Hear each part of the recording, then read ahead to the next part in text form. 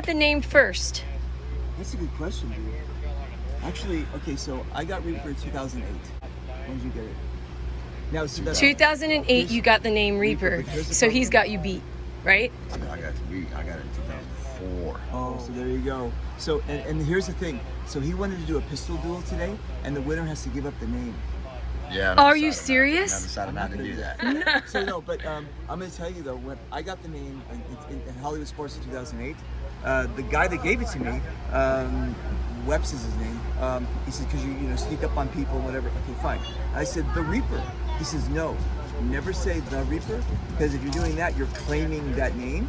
Just always say Reaper, because you're going to meet other Reapers, and they're going to say, who do you think you are, the Reaper? So I really, when promoters put me on the poster, the Reaper's coming, I say, take that off, please, and just say Reaper. So wherever I'm in the world, just Reaper. Don't say the Reaper. So how did you guys do this weekend? So we had been working on this, in a sense, since April. They came on my show, him and Ben Painter, and we were talking about Fulda, and I had never been. He's been trying. I came out here 2 years ago. He's been trying since then. This is definitely a bucket list item event. This was not this was a Fulda Light or a Fulda Aftermath. They had all these terms for it basically, because it was on the Fulda field, and it was the Fulda teams, but it wasn't the full complement, and they had to cut off certain parts of the field, because this field plays for 1,500 people, and if we would have done 70 that acres, with 1,500, people, yep.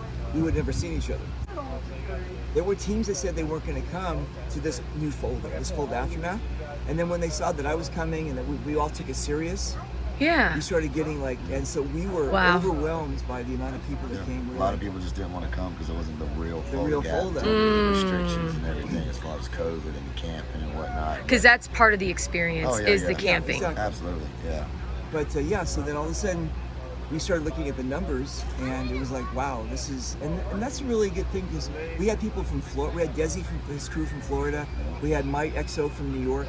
We had Amber from Michigan. We had Mark over here from California. Everybody loves Paintball Pete. Everybody loves Fulda.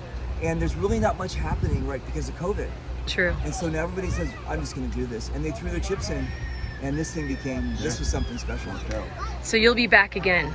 I think I'll be back for the Fulda, and then also Paintball Pete.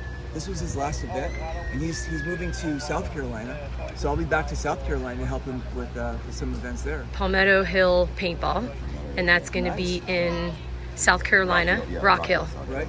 So and the cool thing about this thing, we were basically overwhelmed. It was mostly because it's a North Carolina thing. Majority of the people went to his side, and it didn't matter. We didn't care. We just played. And the cool thing about it is, because we played so hard, his team started meeting us in the parking lot saying, "Thank you very much for coming out. You did an amazing job." So there was no complaining, no whining. We didn't care about the odds. We just had a great time, and it worked out so well that my XO Steve is now becoming the XO for your XO at Bones and Ashes. Oh, nice. So I love how that works out. Made everybody happy on this event. Very good. Well, we certainly appreciate you both, and thank you so much for everything you both do. Y'all coming. Yeah. Thanks, It's been great.